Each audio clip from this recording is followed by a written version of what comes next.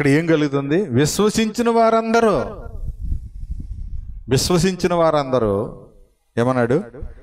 ఏక మనస్కులై ప్రతిదినము దేవాలయములో స్తుతించుచు, ఏంటి స్తుతించుచు, ప్రతిదినం అంట. 44 మళ్ళీ చదువు.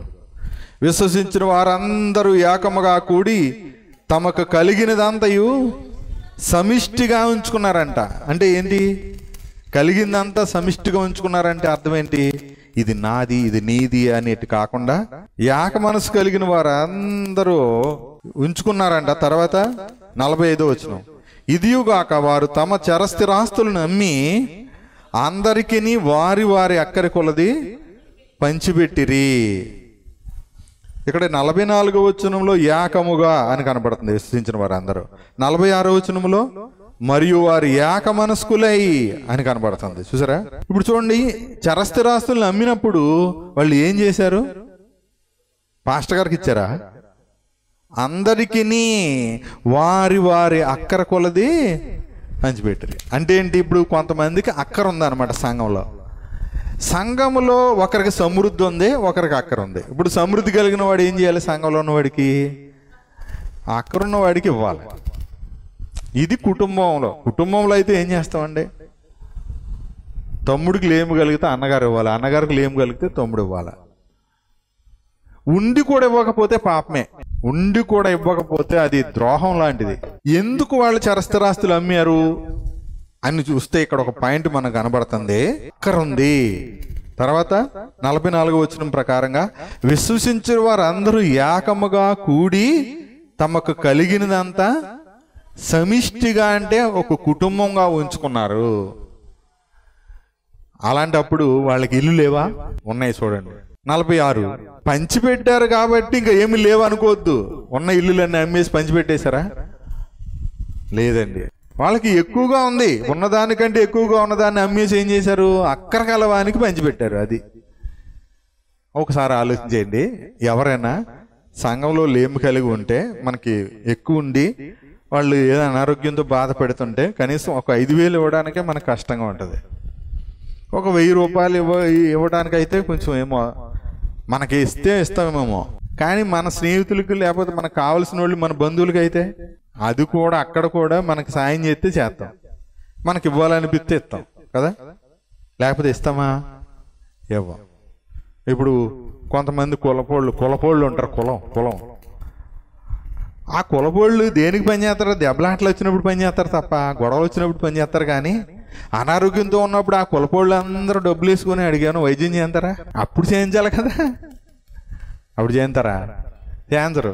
కులం పేరుతో తిడితే ఏకమవుతారు, కులం పేరుతో ఎవరైనా కొడితే ఏకమవుతారు తప్ప అసలు ఒక వ్యక్తి ప్రాణాపాయంలో ఉంటే వెళ్ళి సహాయం చేసేటువంటి బుద్ధి లేదు, ప్రేమ లేదు. ఇంకా అలాంటప్పుడు ఆ కులం ఎందుకు? కానీ సంఘం అలాంటిది కాదు. చూడండి, అసలు యేసుప్రభుని నమ్మితే యేసుప్రభుని వాళ్ళు ఎలా ఎరిగారు చూడండి. ఏ విధంగా వాళ్ళు నమ్మారో చూడండి. ఎలా నమ్మారు అంటే చూడండి ఎంత బాగుంటుందంటే 46. ఏక మనస్కులై ప్రతిదినము అన్నాడు. ఏంటి అంటే ఖాళీ వాళ్ళకే ఏ పని లేదా, పాట లేదంటారా? మనకంటే ఇప్పుడు అసలు ఆదివారం రావడానికి కూడా కష్టమైన అన్ని పనులు ఉన్నాయి మనకి. కానీ వీళ్ళేంటి, వీళ్ళకి మొత్తం ఉన్న ఆస్తుల్ని అక్కర కలవానికి పంచిపెట్టడమే కాదు, ప్రతిదినం ఏం చేస్తున్నారు? దేవాలయములో తప్పక కూడుకుంటున్నారు. దేవాలయంలో కూడుకుంటున్నారు. తర్వాత ఇంటింటా రొట్టు విరుచుచు దేవుని స్తుతించుచు. అది కంటిన్యూస్గా జరుగుతుందా? ఎడతెగక ఉండిరి. 42వ వచనం ప్రకారంగా ఎడతెగక ఉండిరి. అప్పుడు ఇంటింటా రొట్టు విరుస్తున్నారు, దేవుని స్తుతిస్తున్నారు. అంటే అర్థం ఏంటి? కృతజ్ఞత కలిగి ఉన్నారు, దేవుని స్తుతించుచు. తర్వాత అది ప్రజలందరి వలన దయ పొందారు. తర్వాత ఆనందం కోసం తింటలేదు, ఆనందముతో తింటున్నారు, ఆహారం పుచ్చుకుంటున్నారు. ఆనందముతోనూ అది నిష్కపటమైన హృదయంతో ఆహారం పుచ్చుకుంటున్నప్పుడు ఇదిగో ప్రభు బలలో ఆరోగ్యం కలుగుతుంది. ఇంటింటా రొట్టు విరుస్తున్నప్పుడు ఏం జరుగుతుంది? వాళ్ళకి దేవుని దయ, ప్రభువును స్తుతిస్తున్నారు. అప్పుడు ప్రజలందరి వలన దయ పొందుతున్నారు. తర్వాత ఆనందముతో అంటున్నాడు. అంటే ప్రభు బలలో ఏముంది? మనిషి దేవుని దయ కాదు, మనుషుల దయ కూడా దొరుకుతుంది. ఆనందం ఉంది. నిష్కపటమైన హృదయంతో వాళ్ళు భోజనం చేస్తున్నారు, ఆహారం పుచ్చుకుంటున్నారు. ఇంకేమన్నాడు? అక్కడితో అయిపోలేదంట. ప్రభువు రక్షణ పొందుతున్న వారిని అనుదినము ప్రతిరోజు వారితో చేర్చున్నాడు. ప్రారంభ సంఘం ఇలా స్టార్ట్ అయింది అనమాట. ప్రభు బల్ల ప్రారంభ సంఘములో ప్రారంభించబడినప్పుడు తర్వాత చూడండి 4వ అధ్యాయం 32వ వచనం. విశ్వసించిన వారందరూ ఏక హృదయమును ఏకాత్మ గలవారయ్యుండిరి. ఇప్పుడు ఏక హృదయం అంట, ఏకాత్మ అంట. ఓసారి ఆలోచించండి. ఇది అర్థమైతేనే మిగిలింది అర్థమవుద్ది. విశ్వసించిన వారందరూ ఏక హృదయమును, విశ్వసించిన వారందరూ ఏక హృదయం ఏకాత్మ కలిగి ఉన్నారు కదా. ఇప్పుడు భార్యాభర్తలు ఒక ఇంట్లో ఉండేవాళ్ళు ఏక హృదయం ఏకాత్మ కలిగి ఉన్నారా? మీరున్నారా? చూసుకోండి అంతే. ఏక హృదయం ఏకాత్మ ఉంటుందా ఒక భార్యాభర్తలకే? ఎందుకు లేదంటే అసలు తెలియదు వాళ్ళకే. అన్న వివాహ వ్యవస్థ అంత దారుణంగా ఉందని అర్థం. అంతే. తప్పు మందగా మన పెద్దలదే, మన పితరులదే. అవునా? ఆలోచన చేయండి. విశ్వసించిన వారు ఏక హృదయం ఏకాత్మ కలిగి ఉన్నారు కదా. మరి భార్యాభర్తలకు ఉందా ఏక హృదయం ఏకాత్మ? పెళ్ళైనప్పుడు దేవుడు ఏమన్నాడు? ఏక శరీరం అన్నాడు. ఏక శరీరమైన భార్యాభర్తలకే ఏక హృదయం ఏకాత్మ లేదు కదా. కానీ సంఘములో విశ్వసించిన వారందరూ ఏక హృదయం ఏకాత్మ కలిగి ఉన్నారంటే, ఎవరైనా ఏక హృదయము ఏకాత్మ కలిగి ఉన్నప్పుడు ఇది నాది, ఇది వాడు ఎక్కువ తినేసాడు, నాకేమో మొక్కలేదు, ఇలాంటి గొడవలు ఏమైనా ఉంటాయా? అంటే ఈ ఏక హృదయం ఏకాత్మ ఉన్నప్పుడు ఏక ప్రేమ ఉంటది. కాబట్టి ఎవరికైనా లేకపోతే ఇదిగో నా దగ్గర ఉంది. ఎందుకో తెలుసా? చూడండి, తర్వాత అద్భుతమైన విషయం ఉంటుంది. తర్వాత ఎవడను తనకను కలిగిన వాటిలో ఏదియో తనదని అనుకోలేదంట. ఎప్పుడైనా సమస్య ఎప్పుడు వస్తో చెప్పండి, ఇది నాది, నేను నాదే, కనీసం నాకు ప్రార్థన అవ్వలేదు, నాకు పాట అవ్వలేదు అన్నది గొడవ వచ్చేద్ది. అవునా? ఏమనుకున్నారు? ఎవరు తనకి ఏదైనా ఉంటే తనకు కలిగిన వాటిలో ఏదియో, మీరు ఏదైనా అలా అనుకుంటా, మీరు ఏదైనా అనుకోగలరా? మీకు కలిగింది ఏదైనా ఇది నాది కాదు అని అనుకోగలరా? చెప్పండి. అలా అనుకునేది ఏదైనా ఒకటి ఉందేమో చూపించండి నాకు, నేను చెప్తాను. మీరు చెప్పగలరేమో ఒకసారి ఆలోచించండి. గర్వంతో చెప్పట్లే, ఆలోచించుకోమని చెప్తున్నా. అంటే మనకు అర్థం కాలేదు అనే విషయం చెప్తున్నా, అనే విషయం మీకు గ్రహింపగలడానికి చెప్తున్నా. నేను గర్వంతో చెప్పట్లేదు, అహంకారంతో చెప్పట్లేదు, నేను గొప్పని చెప్పట్లేదు. నేను ఏమై ఉన్నానో అది కేవలం దేవుని కృప వల్లనే ఉన్నాను. కానీ ఈరోజు సంఘంలో ఎంతకాలం నుంచి యేసు ప్రభువుని నమ్ముకున్నారు? సంఘంలో చేరి ఎంతకాలమైంది మీరు బాప్తిసం పొంది? అయితే ఎప్పుడైనా ఏదైనా మీకు కలిగింది, ఏదైనా మీకు కలిగిన వాటిలో ఏదైనా ఇది నాది కాదు, ఇది నాది అని కాదు, అందరిది, ఇది సంఘానిది అనుకుని చెప్పగలగడానికి ఏదైనా ఇచ్చారా మీరు? ఇక్కడ ఎవడును తనకు కలిగిన వాటిలో ఏది తనది, ఇది నాది అనుకోలేదంటే ఏదని. అలా అనుకునేది ఏదైనా ఉందా మనకి? అంటే మనము ఎంత దూరంగా ఉన్నాం సత్యానికి ఆలోచించేయండి. తర్వాత వారికి కలిగినది అంతయు వారికి సమిష్టిగా ఉంది. ఇదే వచ్చిన ఇదే మాటని ఎక్కడ చూసాం? యాక మనస్సు అనే చోట అక్కడ 2వ అధ్యాయంలో చూసాం. ఇప్పుడు 4వ అధ్యాయంలో కూడా ఏమని చెప్తున్నాం? వారికి కలిగిందంతా ఎలాగుంది? సమిష్టిగా ఉంది. మనం ఎక్కడ సమిష్టిగా ఉంటాం తెలుసా? భోజనాల దగ్గర. మహా తింటే ఏం తింటాం? 1 కిలో మాంసం తింటాడు. లేకపోతే ఇంకా తిండిపోతుడైతే కిలో తింటాడు అనుకుందాం. తర్వాత వేస్తే తింటాడు, ఇంకా తిన్నదంతా కక్కేస్తాడు. ఇక్కడ సమిష్టిగా పంచుకుంటారు. ఏది కూడా ఇది నాది అని అనుకోరు. అక్కడ ఇంకొంచెం వేసుకో అని వడ్డిస్తారు. ఇంకొక 1000 తీసుకెళ్ళని ఎవరన్నా ఇస్తారా? ఇదిగో 2000 తీసుకెళ్ళు, హాస్పిటల్కి వెళ్తున్నావు కాదని ఎవరన్నా ఇస్తారా? సంఘంలో ఉన్నవాళ్ళు చెప్పండి.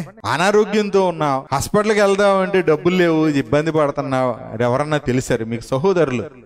మీ సహోదరులు ఎవరన్నా సంఘంలో ఉన్న వాళ్ళు ఇబ్బంది పడుతున్నారు అనుకో, మీకు తెలిసిందనుకో, మీ దగ్గర ఉంది అప్పుడు. కానీ మీకు కరెంట్ బిల్లు కట్టాలనో లేకపోతే ఇంకోటో ఏదో ఉంది, మొత్తం మీద మీకు అక్కడ ఉంది.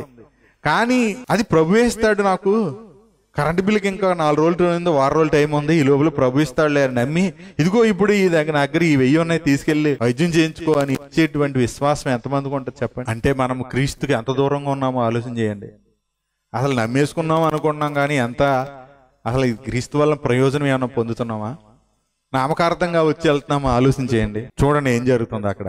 మనకు కృప అర్థం కాలేదు అనడానికి రుజువు కనబడుతుంది ఇక్కడ. చూడండి, ఇంకా చూడండి 33. ఇదియుగాక అపోస్తులు బహుబలముగా ప్రభు అయిన యేసు పునరుద్ధానమును గూర్చి సాక్ష్యమిచ్చిరి. యేసుక్రీస్తు అంటే అక్కడ అంటున్నాడు, పునరుద్ధానమును గూర్చి సాక్ష్యం ఇచ్చారట బహుబలముగా. ఎవరు? అపోస్తలులు. అంటే క్రీస్తు పునరుద్ధానములు ఏమో తెలుసా? పునరుద్ధాన శక్తి, దేవుని శక్తి ఉంది. తర్వాత కనబడుతుంది కృప, దైవ కృప అందరి యందు అధికముగా ఉండెను. ఇదే అద్భుతమైన విషయం అన్నమాట. ఇప్పుడు విశ్వసించిన వారందరూ ఏక హృదయం కలిగి ఉన్నారు, ఏకాత్మ కలిగి ఉన్నారు. ఎవడకు తనకు కలిగింది ఏది తనది అనుకుంటలేదు. అందరికీ ఉన్నదంతా, కలిగినదంతా, వారికి కలిగింది అందరికీ కలిగిందంతా సమిష్టిగా ఉంది. ఒకే కొండలో భోజనం, ఒకే పాత్రలో సాంబార్ లాగా. ఇంకా చూడాలంటే ఒకే ప్రభు శరీరంలో పొందుతున్నారు, పాలు పొందుతున్నారు కదా. రొట్టె ఒక్కటే గనుక అనేకులమైన మరం ఏమయ్యాం, ఒక్క శరీరము అనేటువంటి నియమంలోకి వచ్చారు. ఒకే పాత్రలోనిది ప్రభు రక్తాన్ని తాగుతున్నారు, వీళ్ళు తీసుకుంటున్నారు. అప్పుడు ఏం జరిగింది? బహుబలంగా యేసుక్రీస్తు పునరుద్ధానాన్ని గురించి అపోస్తలులు ప్రకటిస్తున్నారు. అపోస్తలులు సువార్త ప్రకటిస్తుంటే ఏమవుతుంది? దైవ కృప అందరి యందు అధికంగా ఉందంట. దైవ కృప అందరి యందు అధికంగా ఉంటే ఏం జరిగింది? 34లో ఏం జరిగింది చూడండి. అది అసలు కృప అనేది నీవు పొందుకుంటే ఏం చేస్తావు? కొనుక్కుంటావా? అమ్మేస్తావా? ఏం అమ్మేస్తావు? ఏం సంపాదించుకుంటావు? చూడండి, కృప ఎప్పుడైతే వచ్చేసింది వాళ్ళకి, దైవ కృప అందరి యందు అధికంగా ఉందో, భూములైనను ఇండ్లైనను కలిగిన వారందరంట, అందరనా కొందరేనా? అందరూ వాటిని అమ్మిన వాటి వెల తెచ్చి అపోస్తలుల పాదముల యొద్ద పెట్టుచూ వచ్చిరి. వారు ప్రతి వానికి వాని అక్కర కొలది పంచిపెట్టిరు గనక వారిలో ఎవనికి కొదువలేదు. ఎందుకు అమ్మిరాళ్ళు? ఏక హృదయము ఏకాత్మ ఉంటే, ఎవడో కూడా తన కలిగింది ఏది తనదని అనుకోకపోతే, అందరికీ ఉన్నదంతా సమిష్టిగా ఉంటే, సువార్త ప్రకటించబడుతుంటే, దైవ కృప అందరి యందు అధికంగా ఉంటే, అప్పుడు సంఘంలో అక్కర కలిగిన వారు ఉంటారా? అక్కర కలిగిన వారిని వీళ్ళు గుర్తించారు. ఇప్పుడు అయ్యో మన దగ్గర చాలా ఉంది, వీళ్ళ దగ్గర ఏమీ లేదు, వీళ్ళ అన్న వస్త్రాలకు కూడా ఇబ్బంది పడుతున్నారు అని ఉన్నవాళ్ళు ఆలోచన చేశారు. అప్పుడు వాళ్ళు చరస్థిరాస్తుల్ని సైతం అమ్మేశారు. ఇండ్లు భూములు అయినను కలిగిన వారు అందరూ అమ్మిన వాడు వెల తెచ్చి పెడితే, పేతురు గారు ఒక బెంజ్ కారు, యోహాను గారు ఒక బెంజ్ కారు, ఆయన పెద్ద మందిరం కట్టుకున్నారా? ప్రపంచంలోనే పెద్ద చర్చి కట్టేశారేంటి వాళ్ళు? ఈ డబ్బులన్నీ పోగేసి కట్టారా? వాళ్ళు అక్షరార్థమైన మీ మందిరం కట్టలేదు. వాళ్ళు ఎప్పుడు ఆత్మ సంబంధమైన మందిరాన్ని, క్రీస్తు సంఘాన్ని కడుతూ వచ్చారు. వాళ్ళు తెలుసా? ఇప్పుడు మందిరాలు కట్టడానికి జనాల దగ్గర డబ్బులు దండుకొని వీళ్ళు లగ్జరీ జీవితాన్ని అనుభవిస్తున్నారు. కుళ్ళుతో చెప్పట్లేదు. ఆయనకు అర్హుడైన వాడు ఖచ్చితంగా ఉపయోగించుకోవచ్చు. ప్రభు పని నిమిత్తం, సువార్త నిమిత్తమే దాన్ని కూడా వినియోగించుకోవచ్చు. కానీ సువార్తను అడ్డం పెట్టి జీవించుతున్న వాడిని ఏమన్నాడు తెలుసా? వాడు కడుపే వారి దేవుడు, నాశనమే వారి అంతమన్నాడు. కనుక వీళ్ళు చూడండి ఎంత మాదిరి కలిగి ఉన్నారంటే, కృప అందరి యందు ఉంది కాబట్టి, కొంత అందరి యందు అధికంగా ఉంది కాబట్టి గుర్తుపెట్టుకోండి. ఇది ఏక హృదయము, ఏక మనసు, ఏకాత్మ అంటే అర్థం ఏంటి? అది అంటే ఎందుకు వాళ్ళు భూములు ఇండ్లు అమ్మి అక్కర కలవానికి పంచిపెట్టారు. అక్కరా గుర్తుపెట్టుకోండి సుమా. పాస్టర్ గారు అక్కరా? మీటింగులుగా వీళ్ళు ఇచ్చింది మీటింగులకి ఇచ్చారా? పాస్టర్ గారికి పిల్లలు అమెరికాలో చదువుకోవడానికి ఇచ్చారా? పాస్టర్ గారు బైబిల్ కాలేజీ కట్టడానికి ఇచ్చారా? పాస్టర్ గారు అనేక చోట్ల అనేక పట్టణాల్లో బ్రాంచులు, అక్కడ బ్రాంచులకి ఇక్కడ చర్చిలు కట్టడానికి ఇచ్చారా? వీళ్ళు దేనికి ఇచ్చారు? ఎవరికి ఇచ్చారు? వీళ్ళు అది సంఘములో అక్కర కలవానికి పంచిపెట్టారు. అమ్మేసి పాస్టర్ గారి చేతిలో పెట్టారు అనగానే వాళ్ళు ఏం చేశారట? పాస్టర్ గారు అన్ని దాచుకున్నారా అకౌంట్లో వేసుకొని, లేకపోతే ఇంట్లో బీరువాలో దాచుకున్నారా లాకర్లో? ఒక ఎనభ బీరువా చేయించుకుని లాస్ట్ అంటే పూర్వం పెద్ద పెద్ద బీరువాలు బంగారం డబ్బులు దాచుకోవడానికి చేయించుకునేవారు. భోషానాలు అనేవారు వాటిని. తెలుసా మీకు? ఐరన్ భోషానం అంటే అది మామూలుగా తలుపే 10 కేజీలు సుమారు ఉంటుంది, ఇలా గట్టిగా లాగా. దాన్ని ఎవడ ఎత్తలేడు మామూలుగా. ఏంటి? ఒక ఇద్దరు కూడా ఎత్తలేరు ఆ భోషానాన్ని. దాన్ని లేపాలంటే 10 మంది ఉంటారు ఎత్తాలన్నమాట. అంత బరువుగా ఉంటది. దాన్ని గడపరతో బదలు కొట్టలేరు, ఉక్కుతో తయారు చేస్తారు దాన్ని. అలాగే ఏమన్నా వాళ్ళు తయారు చేయించి భోషానాల్లో పెట్టుకున్నారా, లేకపోతే భూగర్భంలో ఎక్కడన్నా దాచారా, తర్వాత తరాల వారికి ఏమైనా దాచారా? లేదండి. సంఘములో అక్కరగలవానికి పంచిపెట్టారు, గుర్తుపెట్టుకోండి. తర్వాత 5వ అధ్యాయంలో చూస్తే అననీయ సప్ఫీరాలు పరిశుద్ధాత్మను మోసపుచ్చే ప్రయత్నం చేశారు, వాళ్ళే చచ్చిపోయారు. అర్థమవుతుందా? ఎందుకంటే వీళ్ళు విశ్వాసులు కాదు. వీళ్ళు ఏ విషయంలో ఏకమయ్యారు? దేవుణ్ణి మోసం చేయడంలో ఏకమయ్యారు. చూడండి 5వ అధ్యాయం 1వ వచనం. అననీయ అని ఒక మనుష్యుడు అన్నాడు కానీ శిష్యుడు అనలేదు. ఏంటి? మీరు ఒకటి మర్చిపోకండి, శిష్యులు ఏంటి? అంతకు ముందు ఉన్నది శిష్యులు, కానీ ఇక్కడ ఉన్నది ఎవరు? మనుష్యుడు. తర్వాత మనం చూస్తాం వాక్యంలో. చూడండి ఏమయ్యాడంట, తన భార్య అయిన సప్పీరాతో ఏకమై పొలం అమ్మాడు. పొలం అమ్మినట్టు ఉన్నాడా? అమ్మినట్టు తెచ్చారా? ఇద్దరును దాచుకుని వచ్చారట.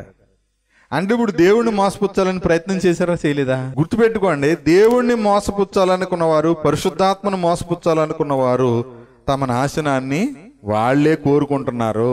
దేవుడు కోపంతో చంపేయట్లేదు. ఇక్కడ అడిగాడు అంతే, వెంటనే అక్కడికక్కడ పడి ప్రాణం విడిచిపెట్టారు. అంటే దేవుడు గనక ఒక వ్యక్తి యొక్క పాపాన్ని బయట పెడితే వాడు భరించే శక్తి మానవ హృదయానికి లేదు. హార్ట్ అటాక్ వచ్చి చచ్చిపోతాడు అంతే, వెంటనే గుండె ఆగి చచ్చిపోతాడు అంతే.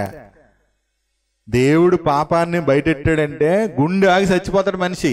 ఇలాగ అంటాడు 4వ వచనంలో అంటాడు, అది నీ యొద్ద ఉన్నప్పుడు నీదే కదా, అమ్మిన బింబట అది నీ వశమై ఉండలేదా? ఎందుకు ఈ సంగతిని నీ హృదయంలో ఉద్దేశించుకున్నావు?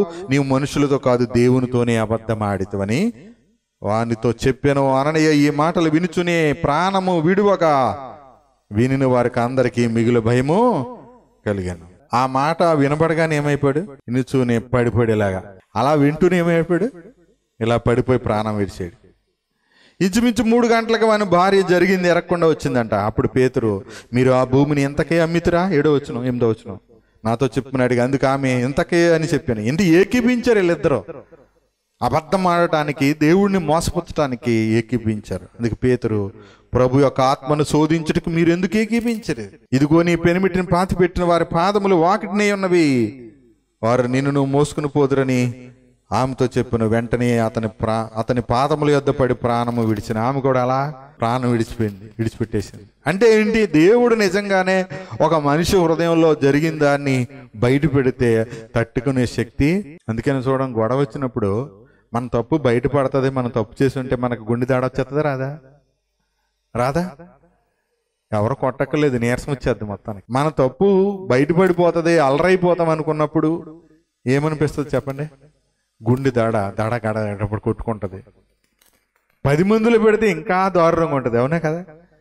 ఎవరు లేకపోతే ఒక రకంగా ఉంటుంది, 10 మందిలో అయితే 10 మందిలో పరుగు పోతుంది అనుకున్నప్పుడు. అసలు ఇప్పుడు ఎలా ఉందంటే సమాజం, భర్త అంటేనే తట్టుకోలేకపోతున్నారు, భార్య అంటేనే తట్టుకోలేకపోతున్నారు. మనం ఎరిగిన మన సమీప గ్రామంలో ఈ మధ్యన మనం చూస్తున్నాం, మగవాళ్ళే ఉరిపోసుకొని చచ్చిపోతున్నారంట. చెప్పకూడదు కాబట్టి చెప్పలేదు, అర్థమైంది మీకు? విన్న వాళ్ళకి తెలుస్తుంది, వాక్యం వాళ్ళకి తెలుస్తుంది ఎక్కడో అది, అవునా? చెప్పకూడదు కాబట్టి ఊరి పేరు అది నేను చెప్పలేదు, సమీప గ్రామంలో అని చెప్పాను. ఎవరు చచ్చిపోతున్నారు? మగవాళ్లే ఉరేసుకుని చచ్చిపోతున్నారు. అంటే అర్థం ఏంటి? ఎందుకు చచ్చిపోతున్నారు? బతికే ధైర్యం లేదు వాళ్ళకి. వాళ్ళ కుటుంబంలో పిరికితనం అంత భయంకరంగా ఉంటది, ప్రాణం తీసేస్తుంది. ఎవరో చంపక్కర్లేదు, వాళ్ళే చంపేసుకుంటున్నారంటే ఏమై ఉంటాయి కారణాలు అని అంటే అది ఒక దురాత్మ అన్నమాట. అది ఒక భ్రష్టాత్మ, అది ఆత్మలకు ప్రేరేపించేటువంటి దురాత్మ అది. తర్వాత 5వ అధ్యాయంలో చూడండి 12వ వచనం.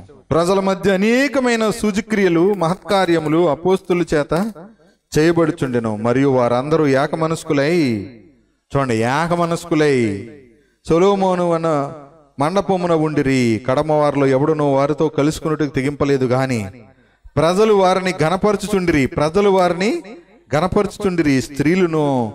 పురుషులను స్త్రీలను అనేకులు మరి ఎక్కువగా విశ్వాసులై ప్రభు పక్షమున చేర్చబడ్రి. చూసారా? అందుచేత పేతురు వచ్చుచుండగా జనులు రోగులను వీధుల్లోనికి తెచ్చి వారిలో ఎవరి మీదనైనను అతని నీడైనను పడవలనని మంచముల మీద పరుపుల మీద వారిని ఉంచిరి. మరియు యెరూషలేము చుట్టూ నుండి పట్టణములో జనులు రోగులను అపత్రాత్మల చేత పీడింపబడిన వారిని మోసుకుని కూడి వచ్చిరి, వారందరూ స్వస్థత పొందారు. ఆ రోజున అపోస్తులు చేసిన ఆ పరిచర్యలో అందరూ స్వస్థత పొందారా, కొందరు స్వస్థత పొందారా? ఇప్పుడు పెట్టే స్వస్థతశాలని, ఆ స్వస్థత కూడికల్ని నమ్మకండి. ప్రభు ఆ స్వస్థత కూడికలకి వెళ్తేనే స్వస్థపరుస్తాడు అన్నది పెద్ద అబద్ధం. అది ప్రభు నీ సంఘంలోనే నేను స్వస్థపరుస్తాడు. నిన్ను స్వస్థపరచాలంటే నీకు విశ్వాసం కలగాల. స్వస్థత పొందుటకు కావలసిన విశ్వాసం ఉండాలి, నీకు దైవ కృప ఉండాలా. నువ్వేదో చేస్తే స్వస్థత పొందుతావు అని కాదు. 7 వారాలు వెళ్తేనో 50,000 కానుకిస్తేనో స్వస్థత కలుగుద్దా? లేకపోతే హాస్పిటల్కి డబ్బులు ఎక్కువ అవుతాయని చెప్పేసి స్వస్థశాలకు వచ్చి నూనె రాసుకుంటే స్వస్థత కలుగుద్దా? ఇది ఒక రకం కదా. స్వస్థశాలకు ఊరిని వెళ్తారు అనుకుంటున్నారా? హాస్పిటల్కి వెళ్తే ఎక్కువ డబ్బులు అవుతాయి. కొంతమంది అయితే నీ హాస్పిటల్కి వెళ్తే ఇంకా హాస్పిటల్లో మందు లేదమ్మా నువ్వు చచ్చిపోవడమే అన్నారు. ఇక ఎక్కడికి వెళ్ళినా దారి తినలేదని స్వస్థశాలకు వెళ్ళారు. అంతేనా? 7 వారాలు, 7 కాకపోతే 14, 14 కాకపోతే 21, ఇంకా జీవితకాలం అంతా ఇంకా చర్చికి పోవడమే. ఎప్పుడో అప్పుడు టైం అయిపోయినప్పుడు వెళ్ళిపోతారు. అంతేనా? చూడండి 6వ అధ్యాయం 1వ వచనం. ఆ దినములలో శిష్యుల సంఖ్య విస్తరించుతున్నప్పుడు, చూడండి 2 అధ్యాయంలోను 4వ అధ్యాయంలోను బేదలు అక్కరగల వారు కనబడుతున్నారు. అప్పుడు వారు చరస్థిరాస్తులను అమ్మేశారు. వారు కలిగిందంతా కూడా సమిష్టిగా ఉంది. ఎందుకంటే దైవ కృప అందరి యందు ఉంది కాబట్టి వాళ్ళు ఆస్తులు అమ్మేశారు. అందుకే ఎవరికి ఏ కొదువ లేదట. నాకు ఇది లేదు అనేటువంటి బాధ వాళ్ళకి లేదు. సరే, తర్వాత ఏం జరిగింది చూడండి. ఇప్పుడు ఏం జరిగింది? ఆ దినములలో శిష్యుల సంఖ్య ఇంకా విస్తరించింది కదా. అనుదినము అనేకులు స్త్రీలు పురుషులు సంఘంలో చేర్చబడుతున్నారు కదా. పడుతున్నప్పుడు ఇంకా సంఖ్య పెరిగిపోయింది, సంఘం పెద్దదైపోయింది. అప్పుడంట అనుదిన పరిచర్యలో, అంటే ఇప్పుడు సంఘం డైలీ కూరుకుంటుందా లేదా? అనుదిన పరిచర్యలో తమలోని విధవరాండ్రను చిన్న చూపు చూస్తున్నారు. అంటే ఇప్పుడు ఇక్కడ చిన్న భేదం వచ్చింది అనమాట. ఏంటి ఆ భేదం? విధవరాండ్రని చిన్న చూపు చూస్తున్నారు. ముసల్దానా నువ్వు అన్నట్టుగా అనమాట.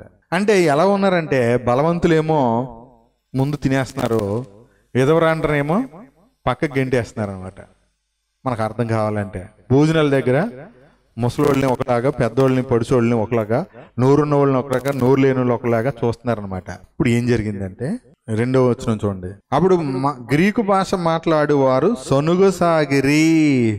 ఫస్ట్ సంఘంలో విధవరాండ్రిని చిన్న చూపు చూస్తున్నారు, సనుగు మొదలైంది.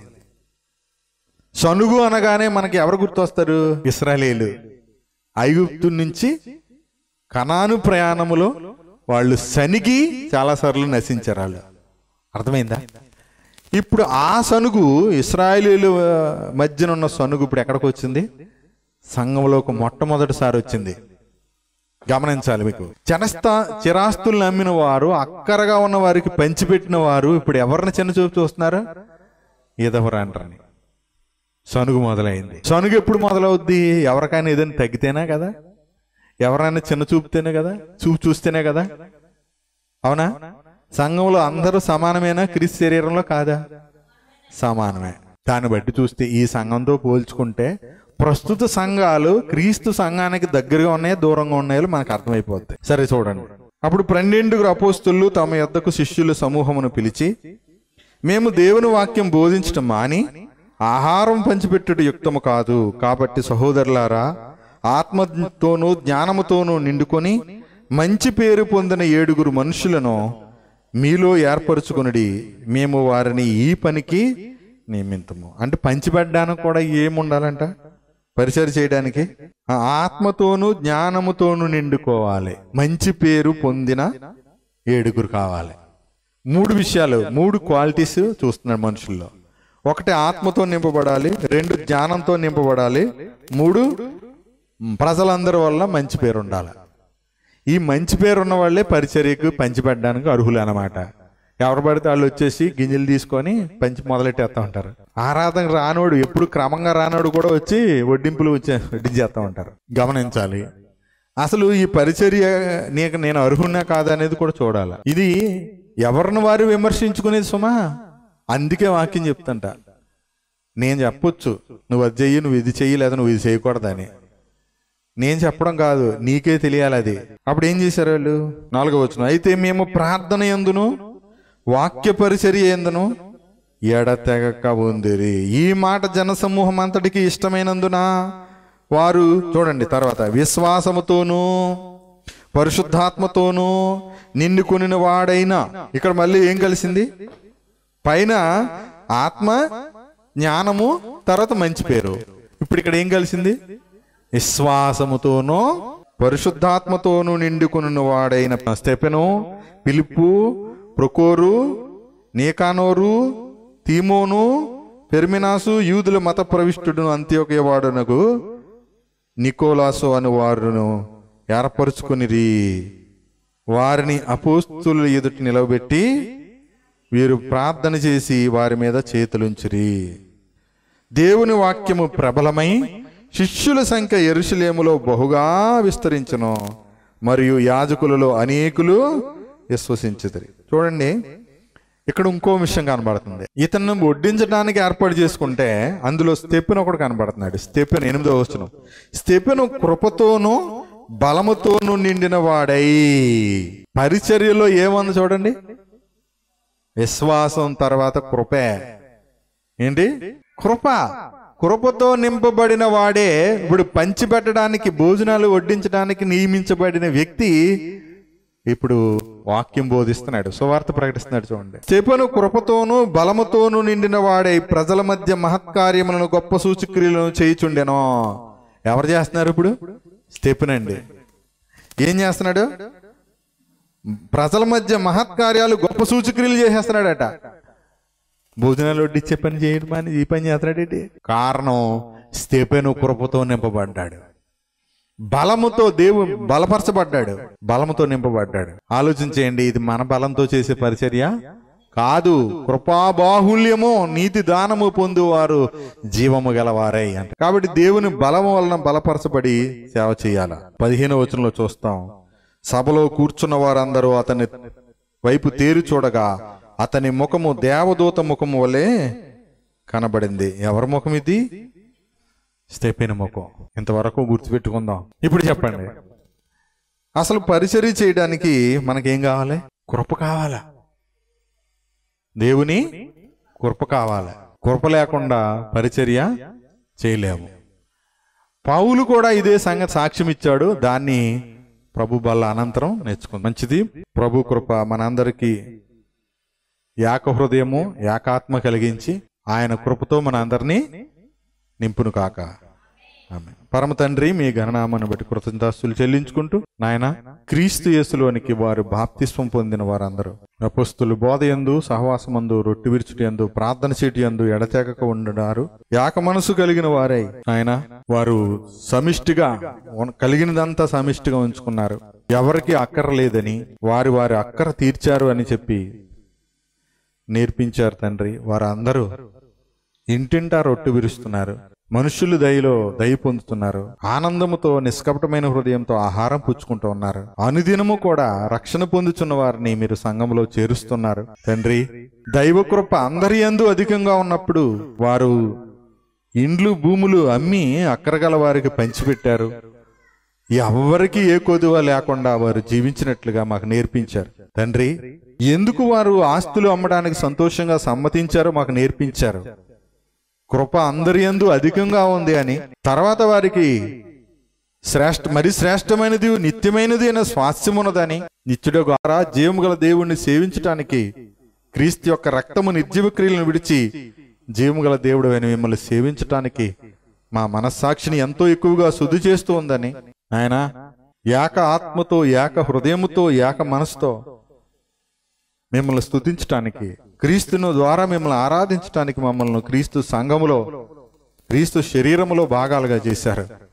క్రీస్తు రక్తం ద్వారా ఇచ్చిన మనస్సాక్షిని బట్టి మిమ్మల్ని సేవించేవారుగా, మిమ్మల్ని ఆరాధించేటువంటి ప్రజలుగా, పరిశుద్ధ జనముగా, మీ సొత్తుగా, మీ కుమారులుగా, మీ కుమార్తెలుగా, మీ బల్ల యొద్దనే మాకు ధైర్యం ఉందని, మీ బల్ల యొద్దే మాకు సంతోషం ఉందని, మీ బల్ల యొద్దే మాకు ఆయన సమాధానం ఉందని, మీ బల్ల యొద్దే మాకు ఆరోగ్యం ఉందని, మీ బల్ల యొద్దే నాయన మనుషుల దయ కూడా దొరుకుతుందని, మీ బల్ల యొద్దే మాకు సంతోషము సమాధానం ఉందని నేర్పించి మాతో మీరు మాట్లాడినందులకై మీకు స్తోత్రాలు స్తుతులు చెల్లించుకుంటూ ప్రభు అయిన యేసుక్రీస్తులో వీటన్నిటికీ మేము వారసులుగా, హక్కుదారులుగా, ఆయన అర్హులుగా, యోగ్యులుగా మమ్మల్ని చేసినందులకై క్రీస్తు నామమున కృతజ్ఞతాస్తుతులు చెల్లించి ఆరాధిస్తున్నాం తండ్రి. ఆమేన్. అందరికీ వందనాలు.